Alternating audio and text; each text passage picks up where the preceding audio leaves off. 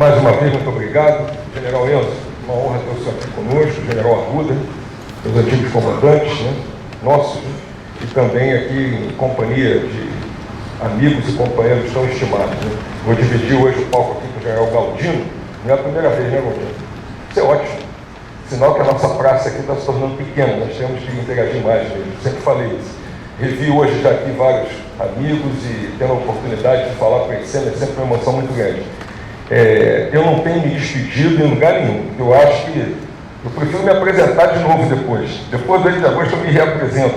Né? Pode me chamar que eu venho. Né? Eu não estarei mais nesse tablado de uniforme, né? Mas estarei com o mesmo coração de sempre de amor por essa casa e de amor pelo meu exército e meu país. Então isso aí não muda nunca, a gente vai continuar assim.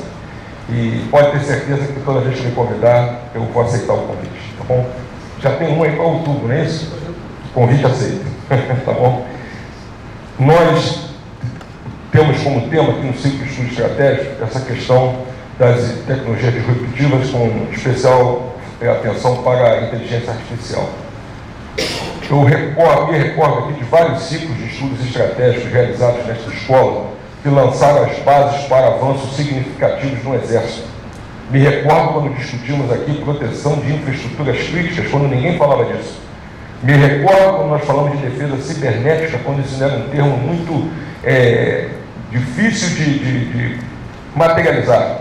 E hoje é só olhar para o que nós avançamos nessas áreas. Me recordo de discutirmos aqui comunicação estratégica, guerra híbrida e assim por diante. Tantos temas que, quando nós lançamos aqui a discussão, eram áridos, extremamente rarefeitos em termos de bibliografia, de literatura, e que hoje estão aí consolidados tanto na política militar terrestre quanto nas nossas estratégias. Então, eu não tenho dúvida nenhuma que esse tema aqui, apesar de já não ser tão assim inovador do ponto de vista de discussões, já há discussões sobre esse assunto no mundo inteiro, mas em termos de defesa, é bom que a gente sempre tenha tempo de parar para pensar, porque não pode haver precipitação, não pode haver superficialidade em quem trata de assuntos de defesa. Aqui nós estamos tratando da própria sobrevivência do nosso país, da própria sobrevivência, talvez até da nossa civilização. Quando falamos em IA, preocupa muito como a civilização vai reagir a esse tipo de investida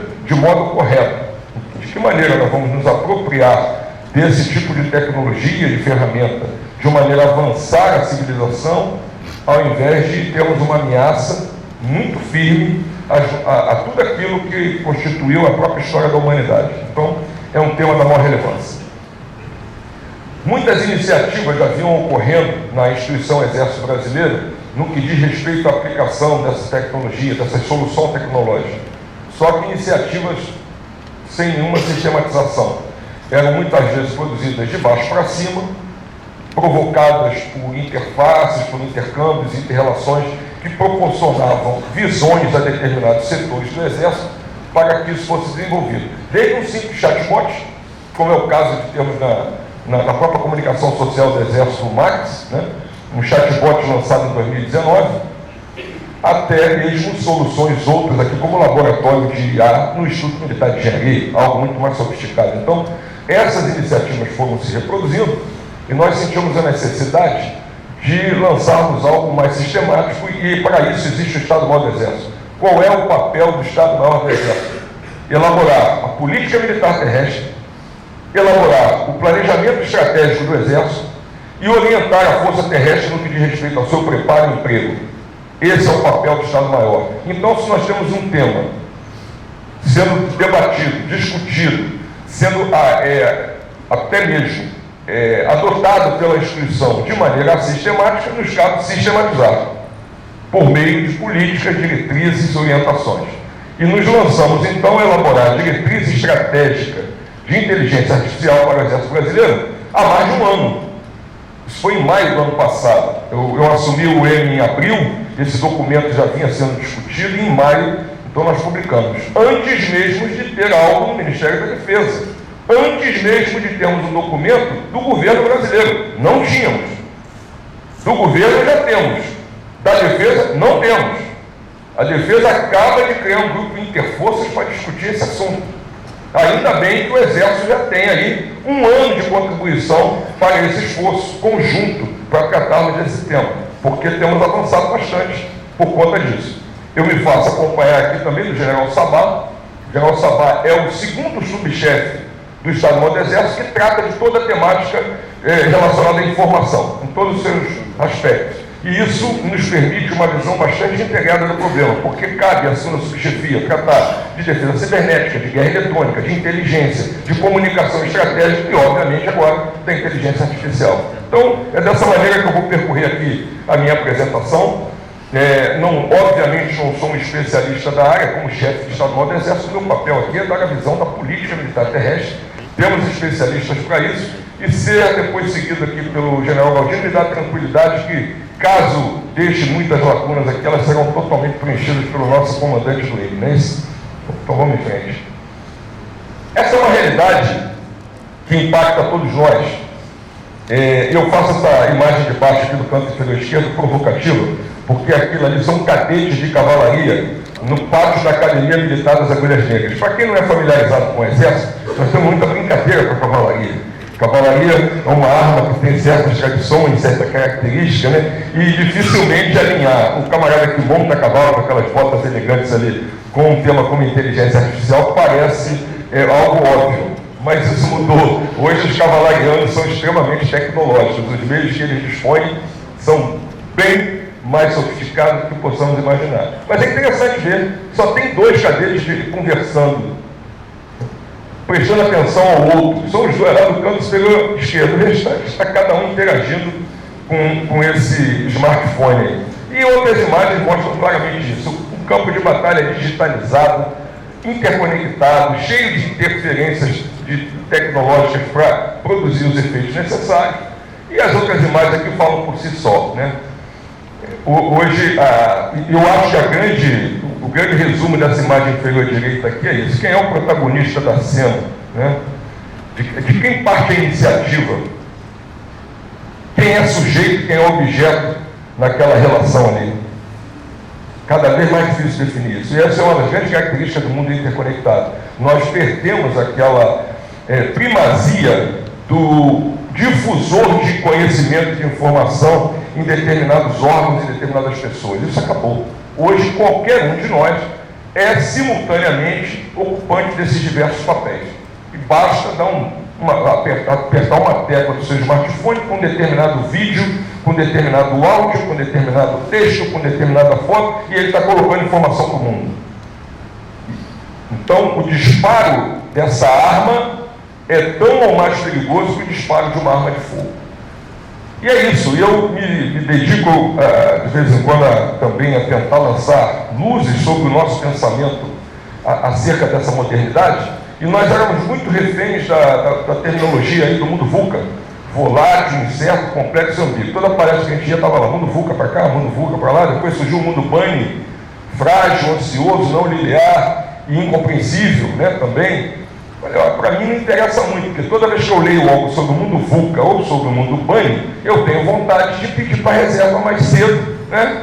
Arrumar uma vaga de pescar, ir para uma praia distante e ficar por lá para ver se lá eu não sou alcançado, porque não resolve o meu problema.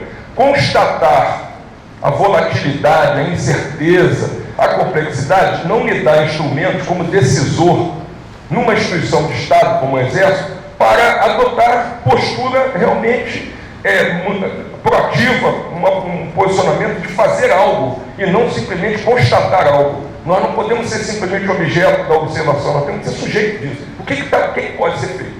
Aqui é uma instituição, é o Exército Brasileiro, né? É uma instituição de defesa. Não nos compete simplesmente contemplar o que está acontecendo. Nós temos que entender o que está acontecendo e buscar um posicionamento adequado, ético, correto diante disso. E aí, numa daquelas elucubrações que a gente faz, eu preferi cunhar um outro acrônimo que me ajuda muito mais. Isso começou lá quando eu era chefe do Centro de Comunicação Social do Exército, que é o mundo psíquico. É um mundo de precipitação. Esse mundo digitalizado, interconectado, altamente sofisticado do ponto de vista da tecnologia, que permite que cada um de nós seja simultaneamente sujeito e objeto da informação, ele é um mundo precipitado. As pessoas não têm mais tempo de raciocinar sequer sobre o conteúdo que recebem e disparam de maneira irresponsável seus instrumentos de comunicação, difunde. Esse é um tema polêmico, falar isso hoje, ainda mais num país como o nosso, que essa discussão ainda está aí, é polêmico, e eu aqui não quero entrar em nenhum tema político nem jurídico. A minha visão é ética. Não me importa o posicionamento político ou jurídico em relação a esse tema, me importa o que eu tenho visto como ético. Isso é deletério para uma instituição como o Exército. O modo como certos conteúdos têm sido propagados, eles atentam contra a hierarquia, atentam contra a disciplina. E ao atentar contra a hierarquia e a disciplina, atentam contra a própria sobrevivência do Exército. E se o Exército corre risco de sobreviver, o país também corre. Porque nós garantimos a soberania do nosso país. Então é por aí que a coisa anda. É muito mais sério do que se parece. Não é uma discussãozinha frívola do ponto de vista político e ideológico. É muito mais, é ético. E essa precipitação eu comparo a um disparo precipitado do armamento. Na nossa instituição, quando nós vamos ensinar um soldado a disparar uma arma, nós temos todo um critério. A gente não entrega uma arma para o soldado no primeiro dia do serviço militar, vai para o stand e atira. Não. Existe toda uma instrução preparatória para o tiro, em que a gente ensina o camarada a fazer a pontaria, a tomar uma posição adequada, a controlar a respiração, a controlar o gatilho. O esmagamento do gatilho tem que ser lento, ele tem que ter um controle para quando aquele tiro realmente sair do cano do seu armamento, ele sair com segurança para atingir o alvo e não algo aleatório. Como esse meio nosso também de divulgação de informação, tem que acontecer a mesma coisa. Nós temos que educar as pessoas a lidar com isso. Porque isso é um armamento que está por aí, acabando com reputações, destruindo imagens de instituições, levando pessoas, inclusive, ao suicídio. E se nós não pensarmos nisso, estaremos sendo irresponsáveis. Tomar uma posição aqui ou de um lado ou de outro, meramente por um posicionamento político e ideológico, a meu ver, é uma irresponsabilidade quanto às gerações que vão nos suceder. É a famosa gatilhada. No armamento, se a gente der uma gatilhada, basta puxar o gatilho com força, sem fazer uma técnica de esmagamento do gatilho. Já vai sair um tiro a ele. A gatilhada digital é outro desastre. Alcança muito mais gente. A superficialidade, hoje nós temos peritos de coisa nenhuma, todo mundo entende tudo e não entende nada. É impressionante, porque é muito fácil, é rápido. Bateu na frente dele, ele emite uma opinião, né, totalmente desprovida de fundamento, não estuda, não se aprimora. Isso acontece inclusive nos assessoramentos que recebemos. Volta e meia, o general está ali no seu estado, não escuta, né? Mas então, onde você tirou isso? Aí o que eu vi aqui na internet, eu vi de novo, meu filho, pode voltar com esse troço. Isso não é assessoramento. Isso não presta para nada. Isso é chute. Isso aí está engajado aí, seguindo as outras pessoas, sem reflexão, repetindo ideias prontas. Tem que parar para pensar. E aqui eu estou na escola de comando do Estado-Maior do Exército. O que se espera de um oficial do Estado-Maior é um amadurecimento intelectual para opinar com propriedade. Para dar chute não precisa, é só ligar a televisão. Né? E vai ter chute de todo tempo. Aqui não. Aqui o negócio é muito mais sério. Imediatismo é outra coisa. Tem gente que troca, deve parar de pirro. Né? Vende o jantar para poder almoçar. Aí depois à noite não tem o que comer. Porque quer uma vantagem imediata. Nós colhemos o que semeamos. Não tem colheita sem semeadura. E numa instituição de Estado, normalmente nós semeamos para que outros colham. O que eu estou fazendo hoje no Estado-Maior do Exército, para mim, acaba dia 8 de agosto. Vou embora para a reserva, mas vou ser sucedido. Outros estarão no meu lugar e eu estou torcendo para que tudo dê certo. Nem sempre é assim em outros ambientes. Então, esse ciclo aqui, quem vai colher? As gerações que vão nos suceder, e assim por diante. O imediatismo que esse mundo hiperconectado provoca também é extremamente danoso para instituições que têm a perenidade como uma característica. No caso do Exército, somos uma instituição permanente com garantia constitucional. Conturbação, então, esse nem se fala. Né? Eu brincava, porque a gente brincar é muito ruim, porque a gente fala umas coisas e depois volta, é ali do retorno. Né? Quando eu era chefe, você consegue, se eu reuni, o pessoal falava assim, olha, eu não sei se o inferno existe. Caso o inferno exista, como lugar, lugares têm uma praça central, deve ter um lugar onde as pessoas se reúnem, na praça central. A praça central do inferno, eu dizia, é o Twitter. Hoje não é mais Twitter, agora é X. Lá é a praça central do inferno, porque todos os demônios vão para lá para falar mal dos outros, destruir a imagem dos outros. Tem capelão aí, não? Né? Pois me abençoe aí. uma miséria. Porque ali é um dos instrumentos para o camarada destilar o seu ódio, o fel, a maldade. E isso não muda. E hoje nós temos aí, eu não estou falando de um fenômeno brasileiro, isso é um fenômeno mundial. Né? Um fenômeno mundial que a gente percebe nitidamente nos mais altos níveis. Conversamos agora aqui com o general Enzo, né? Quando imaginar que determinadas autoridades em determinados países pudessem se comportar de maneira tão irresponsável? São lacradores. Ele quer lacrar, ele já começa a dizer, hoje eu vou dar uma pancada em quem? Escolhe um alvo e ataca. E aí, o que ele ganha com isso? Ele ganha a primazia do espaço de comunicação, porque só se fala dele. Os outros, as pessoas de bem, as pessoas equilibradas, as pessoas que têm caráter, as pessoas honestas, perderam espaço nessa discussão pública, porque o que ganha clique aqui é a conturbação. E se nós não pensarmos sobre isso, nós estaremos sendo conduzidos para um futuro, né, como quem vai com cada falso, que não tem nem ideia do que está fazendo, simplesmente repetindo ideias de outros. Isso tudo é necessário para a gente entender que nesses desafios contemporâneos que nós estamos vivendo, tudo isso que eu falei faz sentido, porque é para isso que nós temos que nos preparar. Hoje nós temos no campo de batalha, convivendo com a inteligência artificial, uma série de outros aspectos que têm que ser considerados, que se nós voltássemos 100 anos no tempo, talvez desses hexágonos que eu tenho utilizado aí, eu só teria talvez um. Esse aqui. Esse é constante. Infelizmente, o mundo vem, o mundo vai, né? Israel ataca o Irã, o Irã ataca Israel, a Rússia ataca a Ucrânia responde com drone, o Hamas está lá na faixa de Gaza sendo alvo de ataque sistemático de Israel. Tudo isso acontece. Agora, falta recursos para a defesa, isso em 1925, que a ICM já é de 1905, já tinha 20 anos a ICM naquela época. Se viesse aqui o chefe estadual do Exército, ele falaria exatamente isso aqui. Então, o restante é muito novo. Vou até apagar a minha tela, fui falar de dinheiro.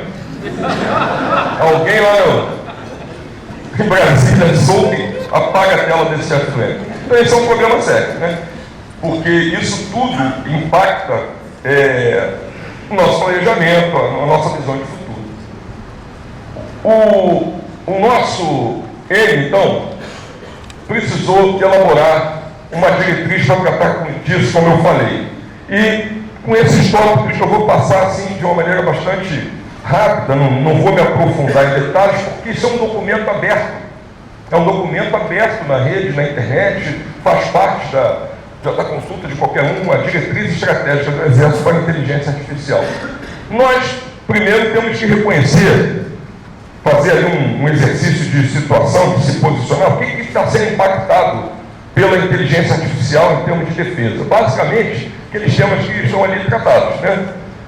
Sistema de combate, decisão estratégica, processo de tomar decisão, né? O processamento e a busca de conhecimento, simulação de combate, reconhecimento de alvos, né? Monitoramento de ameaças, né? Enxame de drones, segurança cibernética sempre, transporte, evacuação e cuidados com baixas de combate, assim por diante. Isso vai crescendo. Então, o que a gente precisa, na realidade, para lidar com algo tão complexo quanto a guerra, é ser capaz de fazer fusão de dados, né? Fundir dados com competência, com filtros adequados, para dessa fusão de dados, com filtros adequados, obter um suporte à tomada de decisão que seja oportuna e eficaz. Quem leva vantagem, né, e sai na frente nesse tipo de emprego de tecnologia, logicamente, em combate também vai sair com uma vantagem comparativa muito interessante. Hoje, nós temos essa batalha sendo travada, esse grande jogo geopolítico entre a China e os Estados Unidos, o jogo de narrativas polarizadas, eu não gosto mais desse termo, polarizado o mundo sempre foi, sempre teve polarização. O problema hoje é que nós estamos chegando a um nível, essa polarização chegou às pessoas comuns, antes não, de uma maneira a induzir a radicalização, que é pior que a polarização. A radicalização é nem ouvir o outro. Então não tem nem diálogo, a gente não consegue sequer sentar à mesa. Isso acontece em temas, às vezes, de menor relevância. Não precisa ser tão pungente quanto a inteligência artificial, né? E nós temos aí também um emprego absurdo, né, extremamente sofisticado já, na campanha da Rússia e Ucrânia. Então, é um olho no gato, outro na frigideira. De certa forma, em nível geopolítico global, existe uma competição acirrada, ferrenha, né, que está acontecendo neste momento de maneira muito intensa entre China e Estados Unidos, porém, em combate de aplicação direta, observável, algo que a gente se dá conta, independentemente das salvaguardas que esses países possam ter no campo de batalha. Então, isso para nós aí deixou de ser algo de difícil observação para situações presentes a todo dia. Isso se observa com muita clareza.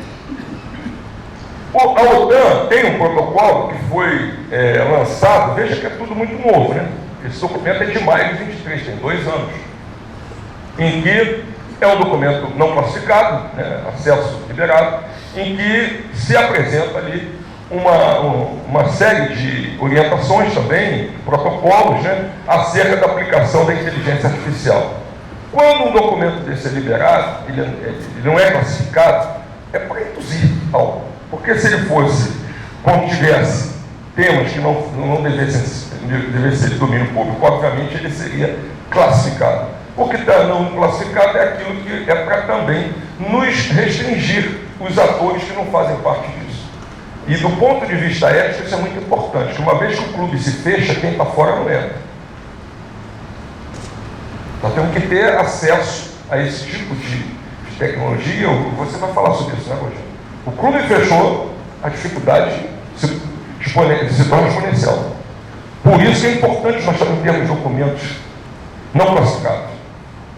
Porque isso mostra, de certa forma, a orientação ética que deve mover pessoas responsáveis que vão lidar com esse tema. Em outros países, documentos também foram liberados. Estados Unidos, ali, o Departamento de Defesa, Reino Unido, né? Reino Unido, tanto uma estratégia de informação para a defesa, quanto uma específica de inteligência artificial. Tudo de anos recentes, 2022, né? 2021, né? Então, é por aí.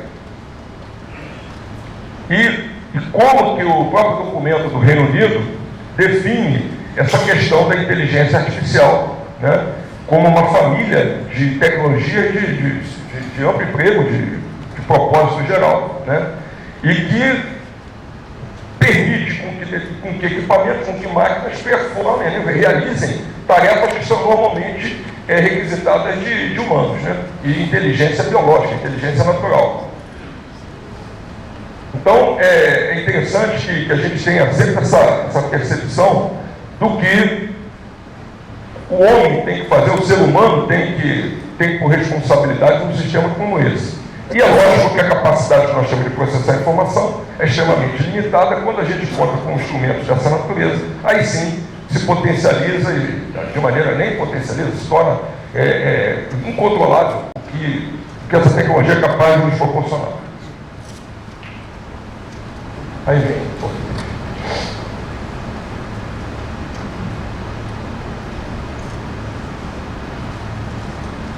Muito bem. E no Brasil?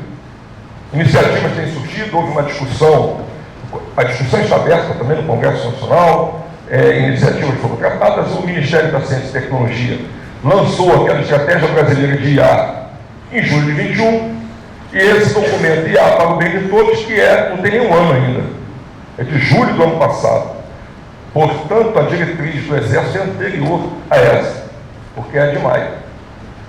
E nós temos aí feito reuniões, participado de eventos, colocamos nesse interesse do Ministério o tema defesa, que não puxava. Teve um evento ano passado no INE, Galdino deve lembrar, que tinha um representante do MCTI e que eu cobrei. Eu falei, olha só, não tem defesa aqui? Nós estamos tratando de uma estratégia nacional, né, de uma série de políticas públicas na área da educação, na área da saúde, na área da infraestrutura, na área da energia, e não tem defesa, então não tem nada. Mas isso é muito próprio de um país que não costuma raciocinar com defesa, a não ser quando instado pelos próprios militares. Deve ser o contrário. Mas isso é um fenômeno que acontece num país em que as pessoas só pensam em defesa quando há uma notícia como a que aconteceu recentemente, no ano passado, lá no norte do nosso território. Aí as pessoas se apavoram. É possível que um país atravesse o nosso território para atacar o outro? É.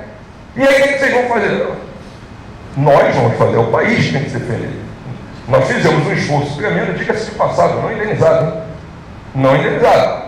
Os mais de 200 milhões que o Exército Brasileiro despendeu do seu próprio orçamento em 2024 para concentrar meios humanos, materiais de toda ordem no estado mais ao norte, lá em Roraima, não foram ressarcidos. Isso demonstra, tal é a percepção da nossa sociedade em relação a temas dessa natureza. Agora, se três picapes, três picapes da Venezuela fizeram uma manobra em Pacaraima. Quem conhece Pacaraima sabe muito bem que ali tem um marco fronteiriço e que ali tem uma área realmente que as pessoas vão lá, tiram fotos, tem a bandeira dos dois países e tudo mais. Três picapes da Venezuela fizeram uma manobra naquela área, dando a entender, como já tinha passado da bandeira do Brasil, que tinham invadido o território nacional. Aí isso se torna um meme, aí eu psique. Precipitado, superficial, interesses imediatistas e conturbado, que é para falar mal da gente. Invadiram o território brasileiro. Três picapes não invadem nenhuma favela aqui do Rio de Janeiro. Pô, imagina eu quando estava comandando lá na Maré, general. Se eu entro com três picapes lá na Maré daquela, eu não estava aqui hoje para contar a história. Né? Três picapes. Nem blindado era, se não fosse blindado ainda podia ser. Conversa fiada, gente louca. Né? Mas cria uma celeuma. A soberania do Brasil foi ameaçada. Se fosse para valer, eu queria ver. Então, se responsabiliza aqueles efetivamente que estão fazendo o óbvio para que isso nunca aconteça. Agora, tem que ter recursos. Vão apagar de novo aqui quando eu falar.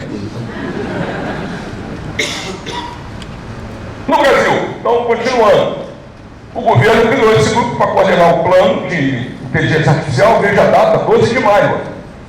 12 de maio. Você está mais adiantado, hein, Sabal? Você criou muito antes, não foi? Foi em março. E aí tá, plano exposto, o Brasil se esqueceu da defesa em sua estratégia de inteligência artificial. Aí é maio.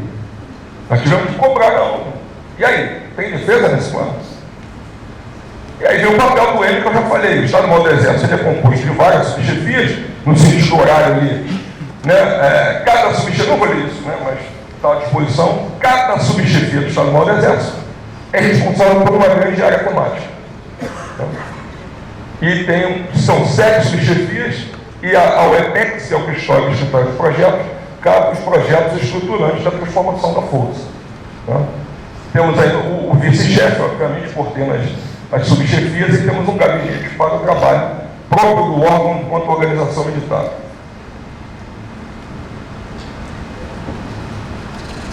Nesse sentido, nós vamos para o plano estratégico do Exército.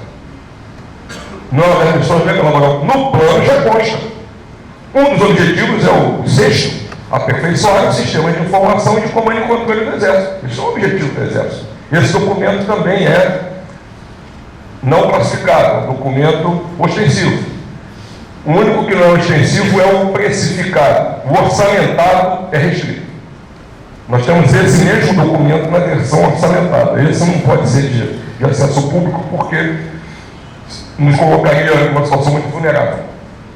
Mas onde não está orçamentado, esse é um documento que está disponível, né, no site do Exército.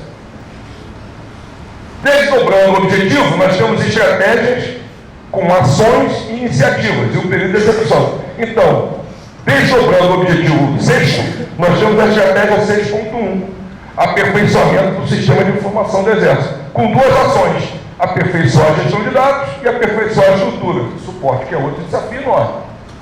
Ainda mais nesse tema. Que consome de energia, de capacidade de manipulação de dados e tudo mais, é uma enormidade. Nós temos que ter a estrutura adequada. E aí vem as iniciativas. Dentre elas, desenvolver modelos de dados baseados em inteligência artificial. Então, isso já está previsto no planejamento 24/27. Ainda mais, também surge aqui essa iniciativa de obtenção de sistemas de produção de informação com uso de inteligência artificial, ou seja, no documento de planejamento estratégico do Exército, né, essas iniciativas estratégicas já são contempladas.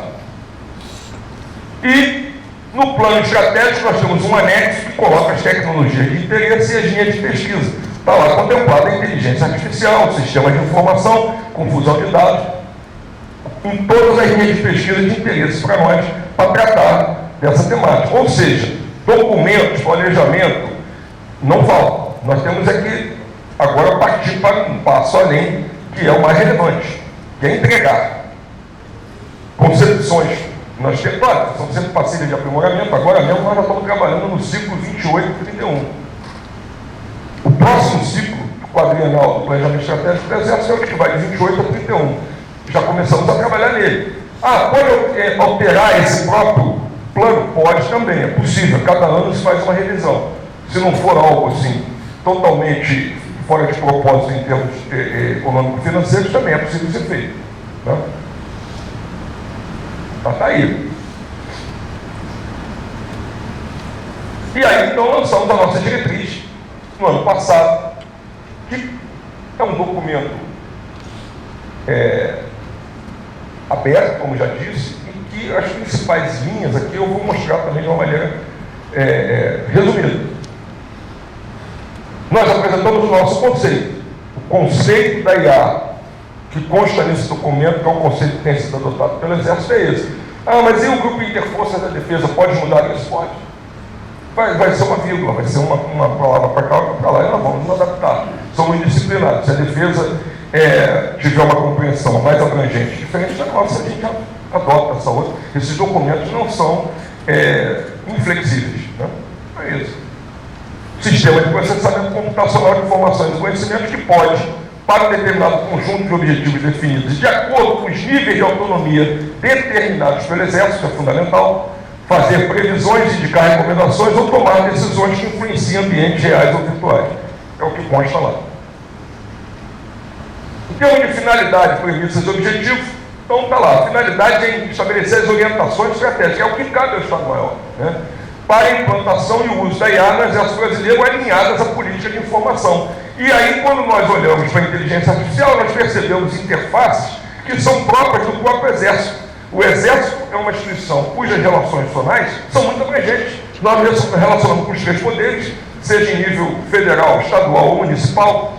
Nós temos relações com a sociedade, com a mídia, internacional também. Nós temos aqui uma série de oficiais de nações aqui, amigas, frequentando o curso de Estado-Maior do Exército. Né? Nós temos interface com educação e cultura, está aqui a própria ECM, com vários representantes aqui da academia brasileira, é internacional. Nós temos interfaces com tudo que cuida de gente, recursos humanos, saúde, assistência social, ciência, tecnologia e inovação, é óbvio, mobilização logística e a fiscalização de produtos controlados, a NFPC, obras de cooperação, está aqui o general Ruda, que foi diretor de engenharia, chefe do departamento de engenharia do Exército, general Enzo também, né? E as operações militares, com o COTER, gestão de orçamento e finanças. Para cada bolinha dessa tem um grande órgão do Exército que cuida dessa atividade. Departamento de Engenharia, Comando de Operações Terrestres, Comando Logístico, Departamento de Educação e Cultura e assim por diante. Então, nós temos um entendimento que em todas essas políticas que são estabelecidas de maneira setorial, a inteligência artificial vai estar presente. O que fizemos então? Em termos de premissas, deixar claro que o domínio das tecnologias emergentes e disruptivas permite ao seu detentor desafiar a estabilidade estratégica. Então, por isso que não há tempo a perder. E alterar os fundamentos da dissuasão. Não há tempo a perder, porque pode ser tarde demais quando a gente chegar a um determinado nível que possa impactar realmente a dissuasão, ou seja, desencorajar qualquer ameaça à nossa soberania. E a conformidade com os princípios éticos e os valores morais da instituição deve nortear o desenvolvimento de sistemas com IA no Exército. Isso aí, às vezes, é posto em discussão. Aqueles mais realistas, mais duros, pensam que, olha, não há limite para o emprego de armamento, então nós temos que tomar cuidado para não nos autolimitarmos. O nosso entendimento é o seguinte: inteligência artificial é algo tão sério que, se nós não tivermos freios éticos adequados, nós vamos deixar de ser o que somos. Isso é muito cuidadoso, isso é polêmico. Não somos donos da verdade. Agora, uma instituição como o Exército, toda vez que o Exército uma vez que o Exército transige com um determinado sistema dessa natureza, o risco para a sociedade é enorme. Então, a gente não pode nem começar a pensar nisso. É extremamente danoso. Ah, mas outros países têm feito isso. Tem países que fazem isso, são destruídos. Países que abriram mão da ética foram destruídos ao longo da história, deixaram de existir, suas sociedades sofreram de maneira ilimitada. Isso acontece também. É uma opção. É uma opção. Quando uma nação como a nossa, estruturada com princípios e valores, né, trata de um tema como esse, tem que pensar claramente aonde quer chegar. Porque, se não tiver respeito a princípios e valores, perde a sua identidade, perde a sua natureza e deixa de ser o que é. Estou muito preocupado com o que tem visto cenário internacional. Tenho visto países se afastarem dos seus princípios aí. Vamos ver a que custa, hein? Vamos ver a que custa. Vamos ver. É isso. Tem os objetivos, então. Linkamos ali, tem um dado muito importante que está aqui no verde. Estabelecemos 4 objetivos: orientar a implantação de sistemas, porque já havia sistemas em implantação, que precisavam ser orientados, até mesmo reorientar. Estabelecer eixos de implantação, isso é muito importante. Eixo finalístico e eixo de apoio. O Exército é uma instituição armada, existe para a guerra. Nós temos que nos preparar para a guerra. Então, nós não podemos juntar no mesmo bloco de iniciativas algo que é de suporte institucional com algo que é a essência da instituição. Então, aquilo que tem a ver com o emprego do Exército para vencer guerra, isso é finalístico. Tem que ser carreado para o comando de operações terrestres como um grande gestor desse tipo de iniciativa. Os demais não, os demais são de apoio, para fazer com que a instituição avance, seu sistema educacional, seu sistema de saúde, seu sistema de obra, de infraestrutura e assim por diante. Isso também é muito relevante para nós, porém, está numa outra classificação e não pode concorrer com a finalista. Contribuir com o processo de tomar decisão e otimizar a gestão do conhecimento, que hoje é um grande desafio, né? Realizar a gestão do conhecimento com tanta coisa enorme. Separar o joio do trigo hoje é mais difícil que nunca, né? O que é relevante, o que é importante, o que efetivamente deve ser analisado com profundidade, aquilo que tem que ser descartado, porque não é possível que a gente lide com tanta informação e muito disso que está aí até diversionário. É para sugar a nossa energia e nos afastar daquilo que é realmente relevante. Orientações estratégicas que têm sido dadas são essas, né? Uma coordenação da implantação dos sistemas de IA feita pelo Exército. Então, a coordenação é do Estado-Maior do Exército. Nós temos umas máximas no Exército que dizem que não começa no N, não termina bem. Então, se o Estado-Maior do Exército não tiver, né, a governança disso, teremos problemas. Desperdício de recursos, desperdício de talento, desperdício de uma série de coisas. Então, essa coordenação tem que ser feita no nível Estado-Maior. Avaliação de objetivos, benefícios e riscos tem que ser uma análise constante. Obrigatoriedade de proteção cibernética já é um encargo que o Exército assume na nossa estrutura de defesa, na política nacional de defesa, na estratégia nacional de defesa. A cibernética tem esse protagonismo pelo Exército. Obviamente que a adoção de ferramenta IA tem que estar extremamente integrada a isso. Priorização de tecnologias e padrões proprietários. Estamos nessa discussão. Em vários, temos aí alguns assuntos relevantes para tratar. E essa premissa, essa orientação estratégica é fundamental. É uma questão de soberania. Prioridades de desenvolvimento alinhadas com o plano estratégico do Exército, o PEX. Se o plano estratégico do Exército estabelece as prioridades de ação, nós temos que colocá-las na devida prioridade. Incentiva parcerias, a Tríplice Hélice, o SISTIA, Sistema de Defesa, Indústria, Academia de Inovação, né? Desenvolvimento continuado da doutrina, que tem que ser aperfeiçoado a todo momento, porque nós temos aprendido com essa guerra da Ucrânia algo extraordinário. Estamos revendo o conceito a toda hora. Aqui para a ESEN é um problema. ESEN, ESAO, porque está ensinando a doutrina e está vendo a doutrina ser modificada a cada dia. Então é um desafio para vocês também ter essa capacidade intelectual de perceber o que está acontecendo. Desenvolvimento contínuo e a capacitação de recursos humanos, que isso aí é outro gargalo enorme, ter gente qualificada para lidar com isso. O relatório de impacto também é relevante. uma avaliação técnica rigorosa, e aí há que não possibilite o controle humano, a supervisão, né, o que não seja previsto ou possível, tem que ser submetido ao ele. Então nós não nos engessamos, isso aqui é importante dizer. Ah, mas há um engessamento, então isso vai tolher a iniciativa. Não, não. A iniciativa pode ocorrer. Agora, se ela vai adiante ou não, é outra história. Alguém vai dizer se pode ou não pode.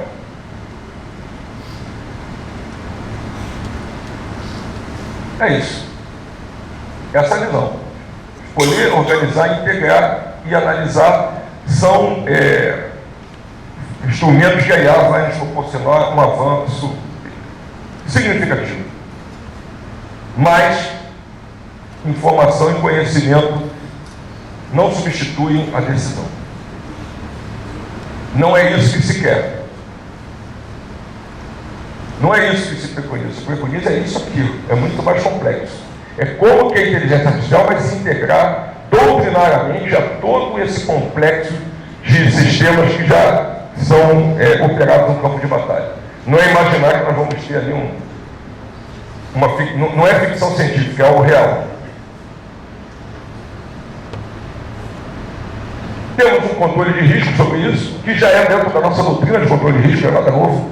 Nós já realizamos isso em atividades mais simples, as mais complexas. Então, óbvio que aqui o controle do risco, né, a gestão do risco vai ter que ser muito bem aperfeiçoada. O que nós temos como preocupação de relatório de impacto? Os sistemas de uso geral, que executam funções de aplicação geral, não requerem medidas mais restritivas. Isso já está acontecendo. Os sistemas com risco, que têm múltiplas tarefas e propósitos interconectados, precisam sim de requisitos de proteção da informação da base de dados. E os sistemas com alto risco, que têm alto grau de integração às bases de dados do sistema Exército, vão ter requisitos especiais e a governança pelo Estado-Maior do Exército. Então, ela não é uma diretriz restritiva a priori. O grau de restrição vai variar, obviamente, com a análise de risco que vai ser feita. O Comitê de Governança já foi criado, esse já foi depois, foi em outubro do ano passado. O relator é o segundo subchefe, o general Sabato, e esse comitê gestor, com reuniões periódicas, comitê de governança tem reunido os diversos órgãos que estão interagindo nessa atividade para que a gente não perca a passada, né? E esse comitê de governança tem realizado essas tarefas, tem coordenado a implantação dos sistemas de IA no âmbito do Exército, assegurado o alinhamento das iniciativas com o plano estratégico, promovido a capacitação de recursos humanos. Aí temos o Instituto Militar de Engenharia, temos outros seminários, eventos que têm sido realizados, e coordenar e promover iniciativas que atendam às demandas do Exército, tanto no eixo finalístico, como eu disse, preparo emprego, tropa, guerra, quanto no eixo de apoio, que são os organizacionais administrativos. Então, o Comitê de Governança aprecia os dois eixos de atuação. Muito bem. O GT de estruturação, veja que é um crescente. Nós vamos acumulando conhecimento, informação. Esse é de agora, não tem nem um mês. Foi instituído um grupo de trabalho no âmbito do ENE para estruturar a governança e a gestão da inteligência. As demandas vão surgindo, o comitê sinalizou isso para nós. Né? Também é algo que está em andamento. E é isso. O que esse grupo de trabalho tem que fazer? O diagnóstico pormenorizado do uso da IA no Exército, no que se relaciona às iniciativas já tomadas e às contratações, aquisições de soluções de IA no Exército. Temos aí várias tratativas aí, em curso para que a gente realize esse tipo de contratação. O resultado que se espera é esse: uma governança fortalecida no âmbito do ENE, uma gestão efetiva pelos órgãos envolvidos, a utilização de esforços e que seja realmente uma orientação top-down e não que brote espontaneamente, sem controle, e depois fica muito mais difícil colocar as coisas nos eixos. A diretriz de governança e gestão está em fase final de aprovação. Então, é isso que cabe realmente a um órgão gestor como o nosso, um órgão de direção geral. Esse ainda vai ser até o final do mês, provavelmente, né, Sabato? Talvez em junho ainda, a gente já tem, então, essa diretriz de governança, gestão e utilização de IA no Exército Brasileiro. Um aprimoramento permanente. Aí vou dizer, muito papel e pouca entrega. Não é, não. Os trabalhos estão sendo realizados. É que se não estruturarmos dessa forma e perdermos a capacidade de governar isso fica muito mais... Aí sim, é desperdício de recursos. Conclusão. É uma realidade, em prol do ambiente informacional, deve ser em prol e não contra. Uma oportunidade ímpar para a geração de capacidades operacionais e administrativas, então uma visão positiva que nós temos que ter. Uma prioridade para tecnologias próprias e o controle do desenvolvimento do emprego no âmbito da força. É isso que se espera com esses documentos que nós temos elaborados. É isso, é uma questão também de disciplinar algo que, se fugir ao controle, pode ser trocar todos os benefícios por terríveis malefícios. A nossa missão é essa. Muito obrigado pela atenção, depois fico à disposição aí para os debates. Muito obrigado pela atenção.